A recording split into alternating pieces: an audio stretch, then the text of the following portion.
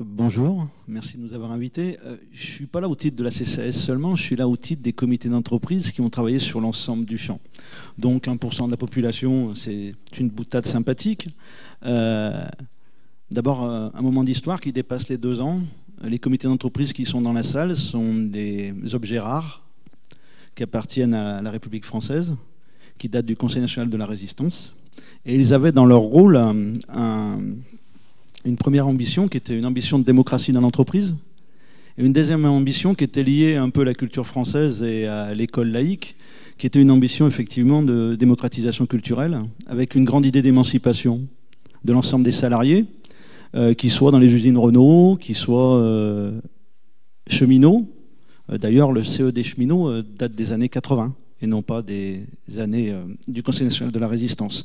Donc j'allais dire des objets rares et voilà, qui nécessitent d'être un peu protégés. Moi, je prends cette initiative d'abord comme une vraie reconnaissance de ce que sont les comités d'entreprise, et c'est pour ça que nous sommes d'abord là, parce que c'est assez rare de voir cette reconnaissance-là.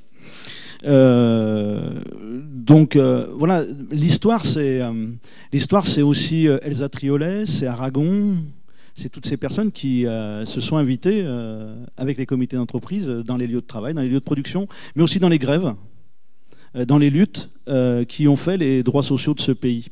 Donc les comités d'entreprise, ils ont aussi vu des cinéastes s'inviter sur les lieux de travail.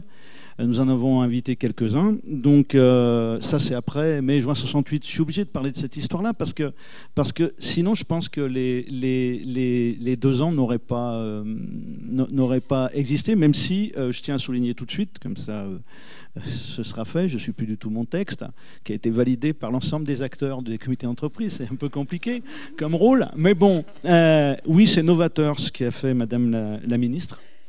Parce que je disais que c'est une reconnaissance, mais maintenant c'est aussi une obligation. Vous parliez des œuvres, mais nous n'avons pas l'habitude de recevoir des œuvres dans les comités d'entreprise, dans les restaurants d'entreprise, sur les lieux de travail. Donc les questions de conservation, de médiation culturelle, y compris d'émotion. Donc on a un savoir-faire.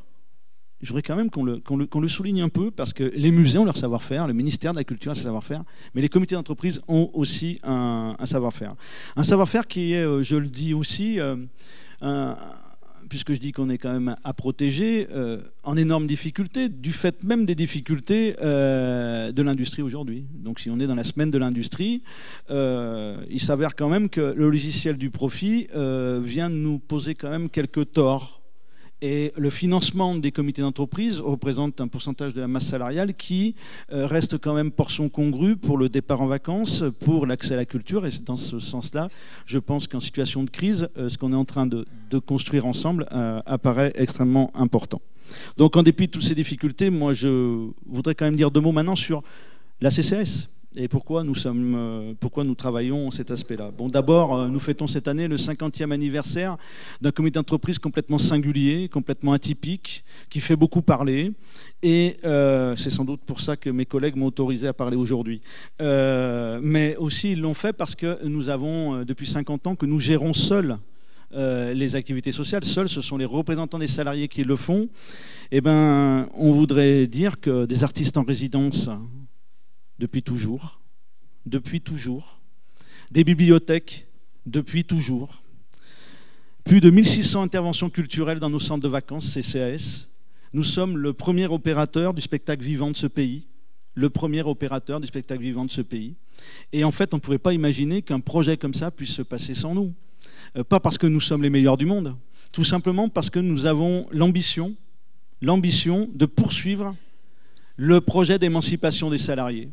Et donc, moi, je remercie Madame la Ministre d'avoir cette ambition en matière de culture, en matière d'émancipation, et c'est pour ça que nous sommes là. C'est pour soutenir ce projet-là. Alors, il y a des tas de questions.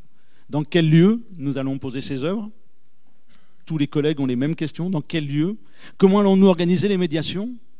Est-ce que ça va aller jusque dans les entreprises qui sont en difficulté?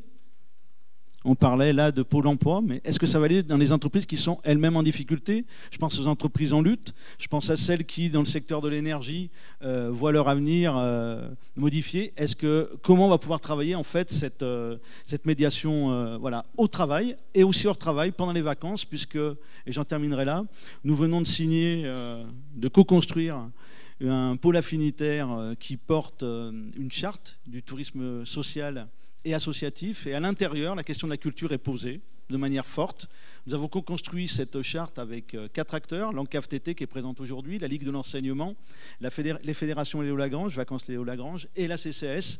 Et bien évidemment, ces aspects-là, pendant les vacances, nous posent aussi souci. Donc je n'ai pas du tout répondu à votre question, mais j'ai dit pourquoi nous étions là. Merci de votre écoute. Merci à vous.